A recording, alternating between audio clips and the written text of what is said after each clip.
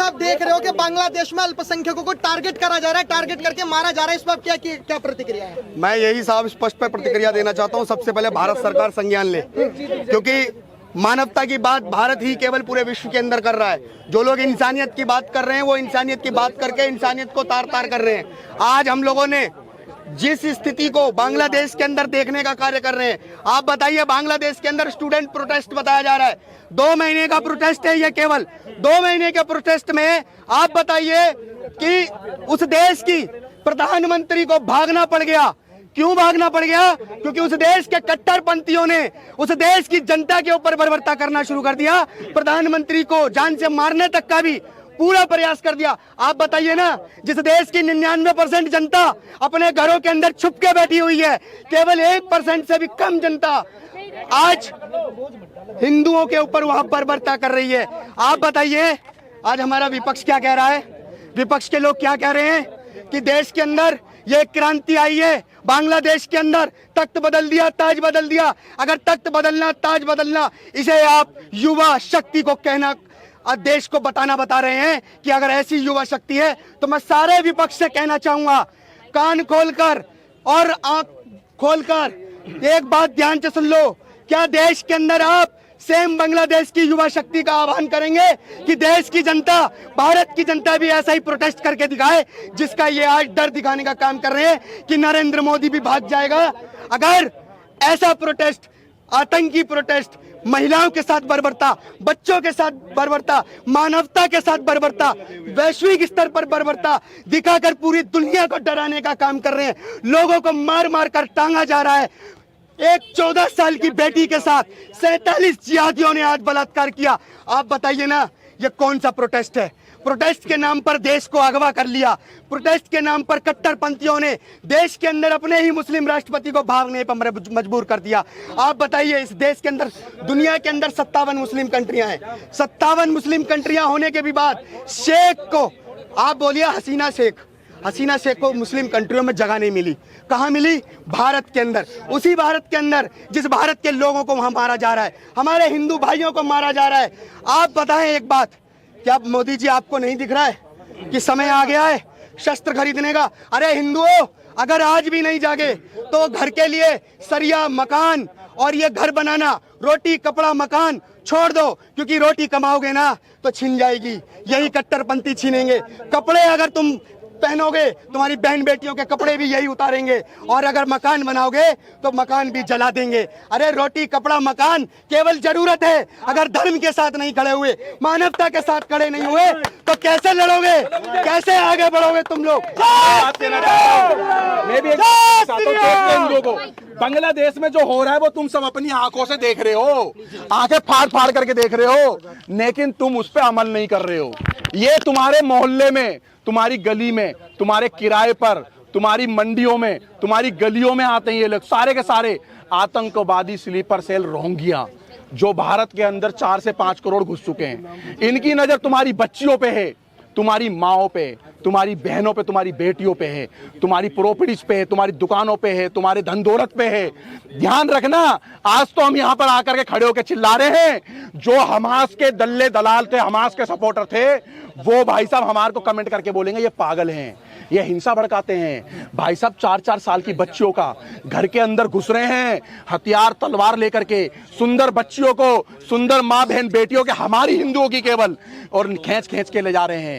बच्चों को 4-4, 2-2 साल के बच्चों को फांसियां लगाई जा रही है, माओ को फांसियां लगाई जा रही है, नोचा जा रहा है, लूटा जा रहा है। ये आने वाला, अगर तुम जातियों में बटे रहना, जैसे गुजर, जाट, बावन, दलित, शूद्र, वाल्मीकि, जाटव, अगर तुम इस तरीके से जातियों में बटे रहोगे तो बांग्लादेश तुम्हारा आने वाला फ्यूचर है। और डंके की चोट पे बोलते हैं, और मैं खुला चैलेंज करता हूं, अगर कोई आतंकवादी मेरे घर के दरवाजे पे आएगा तो मैं किसी पुलिस और किसी कानून के पास नहीं जाऊंगा, उन आतंकवादियों को स्वयं मारने की कोशिश करूंगा। क्या तुम इस चीज पर अमल करोगे? आज आपने 2-2 लाख के मोबाइल, बड़ी बड़ी गाड़ी, बड़े बड़े बंगले रखे हुए, क्या तुमने अपने घर में लोहा सरिया रखा हुआ है अपनी बहन बेटी बचाने के लिए?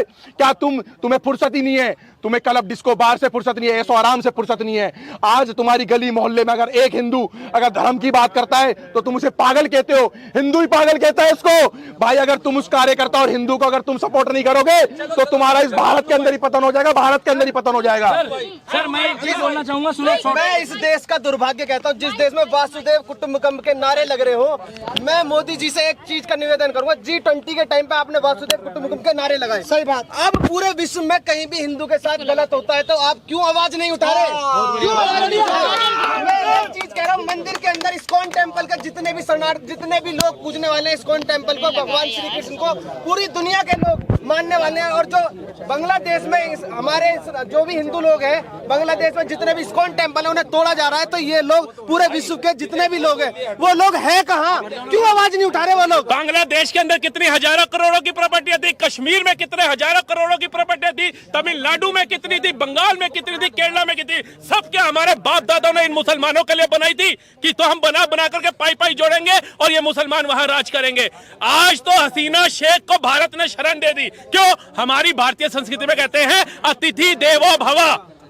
लेकिन क्या इन हिंदुओं को कोई शरण देगा? सही बात। राहुल गांधी तो इटली ले जाएगा, अपनी मां के साथ भाग जाएगा। क्या हिंदू वैष्णो देवी गुफाओं में जाएंगे? अमरनाथ गुफाओं में जाओगे? तुम वहां भी नहीं जा सकते हो, क्योंकि वहां भी तुम तब जाते हो जब सेना खड़ी होती है। तुम अपने धार्मिक स्थलों के ऊपर, अपने कावड़ के ऊपर, अपने मेवात न्यू के अंदर बिना सेना के तैनाती के दर्शन नहीं कर सकते और कहने पे तुम 100 करोड़ हिंदू हो। वक्त आ गया है जागने का। आज जाग जाओगे तो अपने आने वाली पीढ़ी को ये भारत दे जाओगे, नहीं तो अलग अलग टुकड़े में नजर आओगे। बहुत बढ़िया। मैं एक बात बोलना चाहूंगा, कहते हैं पानी बचाओ अपने आने वाली जनरेशन के लिए, हैं? हम बात कर रहे हैं ना, अरे पानी तो बचा रहेगा अभी 100 साल, वो कहीं नहीं जाने वाला, मगर आपकी जानें बचेंगी उसकी जिम्मेदारी नहीं है। क्योंकि जिस तरह का माहौल बन चुका है ना आज, क्या बांग्लादेश की हालात में क्या डीप स्टेट, हम कह रहे हैं अमेरिका ने किया, आपने सबने सुना अमेरिका ने किया, डीप स्टेट थी इसमें इन्वॉल्व थी। क्या डीप स्टेट अकेले अगर वहां स्लीपर सेल नहीं होते क्या ये प्रोटेस्ट कर पाती? नहीं कर पाती। मगर वहां कौन थी? जमायते उलमा, जो आपके हिंदुस्तान में भी है, तबलीगी जमात भी है, सब कुछ है। यहीं पे आपके बीच में शायद इतनी जड़ें बांग्लादेश में उसकी मजबूत नहीं है जितनी हिंदुस्तान में है। और आने वाला उनका टारगेट जो इंडिया 2047 वो डॉक्यूमेंट बनाते हैं ना, वो किसके आधार पर बनाते? इन्हीं जमायते उलमा। इसमें कि कभी भी सिविल वार की जा सकती है। हमारे जनरल विपिन रावत थे, उन्होंने कहा था हमारी लड़ाई 2 फ्रंट से है, 2 फ्रंट, चाइना, पाकिस्तान और वो लोग जो हमारे देश का खाकर, जो हमारे देश में स्लीपर सेल का काम करते हैं, उनसे बचना है। आपको विपक्ष क्या कर रहा है? बांट रहा है किस पे? OBC, ST, SC. आज वहां बताओ, सबसे पूछो, मैं आज हर नीले कबूतर से ये पूछूंगा, क्या वहां पे क्या वहां पे कास्ट देखकर ओबीसी नहीं, तुम्हें नहीं मार रहे, सबको मार रहे हैं, हिंदू देखकर मार रहे हैं। हिंदुओं का मंदिर चाहे वो किसी का भी है उसको जलाया जा रहा है। भाई मेरा एक सवाल है, मेरा सवाल ये है कि बात हो रही थी बांग्लादेश के जो प्रदर्शनकारी थे वो कह रहे थे हमारी सत्ता पक्ष से लड़ाई है, लेकिन सत्ता पक्ष तो चला गया, अब हिंदू अल्पसंख्यकों को टारगेट किया। सोची समझ एक बात बता दे रहा हूँ, पूरे विश्व का इतिहास उठा के देख लो, जगह जगह के किस्से उठा के देख लो, क्या इजराइल, क्या पेरिस, क्या लंदन, क्या कोई सा भी देश, एक तरफ तो कभी ये यहूदी पाए जाते हैं, एक पक्ष हिंदू पाए जाते हैं, कभी क्रिश्चियन भी हो जाते हैं, कभी कोई हो जाते हैं, लेकिन दूसरा पक्ष आतंक फैलाने वाला होता है। और वो केवल और केवल वही होता है जो मदरसे से किताब पढ़ के निकलता है और कहता है कि तेरे अलावा, तेरी कौम के अलावा हर एक कोई काफिर है। ये सबको काफिर समझ के मार रहे हैं। आज वहां पे इन्होंने आतंक का वो कारनामा करके दिखाया है जो सेकुलर हमारे यहाँ के लोग जो प्रश्न चिन्ह लगाते थे केरला स्टोरी जैसी मूवियों के सत्य इतिहास पे, द कश्मीर फाइल के जो है सत्य इतिहास पे, आज उनको देखना चाहिए। लाइव बांग्लादेश फाइल बन रही है, लाइव बांग्लादेश फाइल, जिसका कोई टिकट नहीं लग रहा है। बढ़वो सेकुलर हो, देखो आंख खोलो, भविष्य है तुम्हारा ये बांग्लादेश फाइल। और सुनो, जात पात में बटने वाले, और सुन लो, एकजुट हो जाओ और सुनो, प्रतिशोध लेने का समय आ गया है। बहुत नेताओं ने यहाँ रेवड़ियां खिला ली बांग्लादेशी मुसलमानों को, रोहिंग्याओं को। देश के बाहर खदेड़ने का समय आ गया है। भारत की धरती कर रही है पुकार, भाग रोहिंग्या भाग, भाग रोहिंग्या भाग, भाग रोहिंग्या भाग, भाग रोहिंग्या भाग। 1947 देखी थी आपने पिक्चर, केरला स्टोरी देखी थी, जैसलमेर वाली देखी आपने, बॉर्डर, आपने सारी पिक्चरें देखनी है। अपने बच्चों को बोल दो लाइव पिक्चर चल रही है बांग्लादेश में, लाइव चल रही है, लाइव पिक्चर होगी आने वाले टाइम पे। अगर मोदी जी ने संज्ञान नहीं लिया तो मैं क्लियर बता दूं, पिक्चर का नाम होगा बांग्लादेश से भागे हिंदू 2024। क्या गायब हुए हिंदू 2024। हमारे बच्चों के बच्चे देख रहे होंगे और कह रहे होंगे अगर काश हमारे बाप दादा उस टाइम उठ गए होते। हमारी मजबूरी ये है कि वहां के हिंदू बॉर्डर के पार है। क्या बॉर्डर के पार हम नहीं जा सकते, हमारे हाथ बंधे हुए हैं। दूसरी बात, उन्होंने दिखा दिया कि हम मुगलों के वंशज हैं, क्योंकि वहां पर वो महिलाओं के छोटे वस्त्र चुरा रहे हैं, संडास चुरा रहे हैं, चम्मच चुरा रहे हैं, क्लब प्लेटें चुरा रहे हैं, और वो कोई आरक्षण का मुद्दा नहीं था। उस देश को इस्लामीकरण बना रहा है, उस देश को इस्लामीकरण बनाने का मुद्दा उन्होंने उठाया। इसी देश में .2 हर चीज का .2 चल रहा है। किसान bill .2, CAA NRC .2, JNU protect .2, मतलब हर चीज में फंडिंग करी जाती है। आज एक गरीब आदमी किंतन बच्चा मारा गया तो उसका परिवार 2 महीने नहीं बैठ पाया बिना फंड के। चाय पानी नाश्ता नहीं करा सकते, इन लोगों को बिरयानी कौन खिलाता है? बिल्कुल। इन लोगों के लिए डीजे कौन लगाता है? इन लोगों को शाही पनीर, इन लोगों को बादाम शेक कौन पिलाता है? वो पिलाता है पाकिस्तान, ISI, चाइना। और चाइना और पाकिस्तान का मुद्दा बांग्लादेश में तो हो गया, मगर हमारे भारत की इंडियन आर्मी में, भैया इंडियन आर्मी के लिए जोरदार तालियां बजा दो।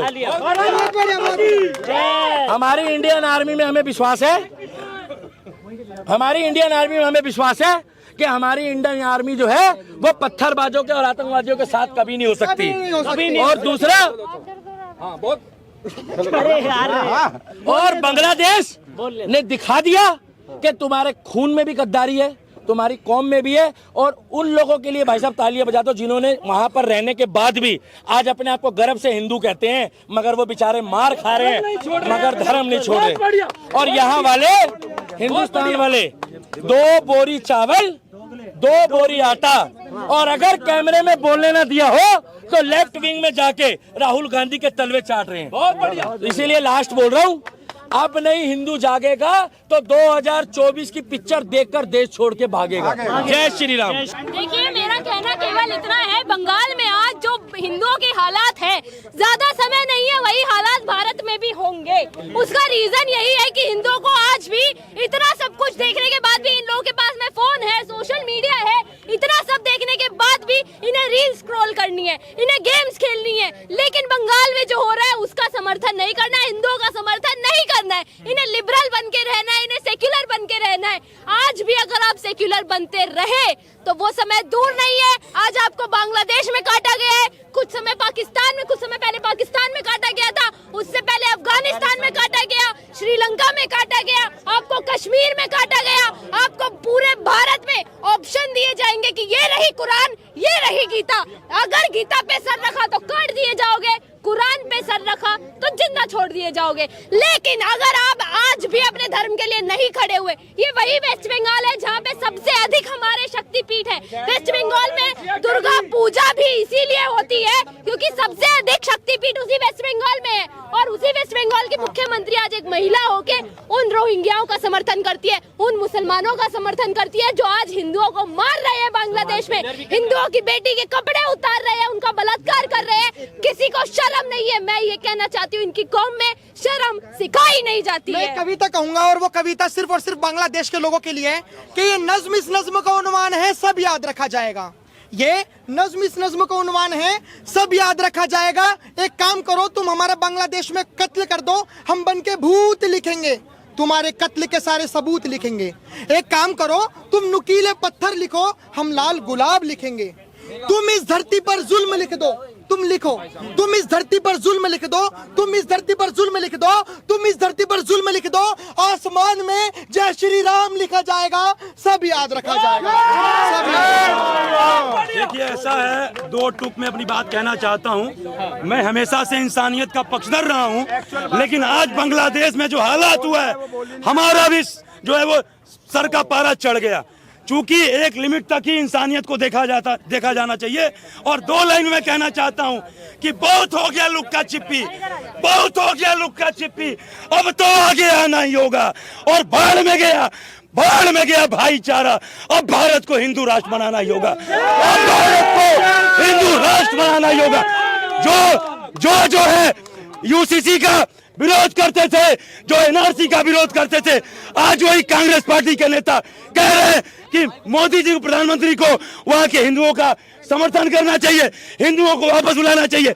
और जब जो है एनआरसी के तहत शरणार्थियों को बुलाया जा रहा था, तब ये लोग विरोध कर रहे थे। आज कांग्रेस की हकीकत अपने आप सामने आ गई है। सलमान खुर्शीद कह रहे हैं कि जो बांग्लादेश में हुआ वही भारत में हो सकता है। एक नेता का क्या ये बयान होना चाहिए? तो आज कांग्रेस पार्टी की मंशा जाहिर हो चुकी है। जैसे वहां पे आंदोलन हो रहा था स्टूडेंट का, वैसे यहाँ पे किसान 1 किसान 2 आंदोलन हुआ। जैसे वहां पे क्या कहते हैं कि जो है वो अपने प्रधानमंत्री का तानाशाह ये वो फर्जी बोला जा रहा था, आज वहां भी। लेकिन मैं वही कह रहा हूं, सेम तर्ज पे ये विपक्षी बांग्लादेशी के तर्ज पे अपने आप को पेश कर रहे हैं, लेकिन इनके मंसूबे कामयाब नहीं होंगे। ये हिंदू जाग चुका है। और एक बात कह के अपनी वाणी को विराम दे रहा हूं कि मोदी जी जल्द ही जल्द पूरे भारत देश में जनसंख्या नियंत्रण कानून लाइए। और हम सब हिंदुओं का एक कर्तव्य है कि जितने भी 6 करोड़ रोहिंग्या आएंगे उनको चिन्हित करके और खुद ही भारत से खदेड़ने का काम किया जाए। ऐसा है, मेरा एक सबसे बड़ा प्रश्न पता है क्या है? हम क्यों मोदी जी के आश्रित हो रहे हैं? क्या हमने बिल्कुल नपुंसकता आ गई है क्या? हिंदुस्तान के अंदर में 110 करोड़ हिंदू, और आज जिस बांग्लादेश के अंदर में ये कृत्य हो रहा है, उनको चुन चुन कर मारा जा रहा है। जब तुम्हारी नियति मौत बनी चुकी है तो हथियार क्यों नहीं उठा रहे हैं? अगर 1 करोड़ 35 लाख हिंदू बांग्लादेश में हथियार उठा लेंगे, मैं वादा करता हूं, मैं आपको डंके की चोट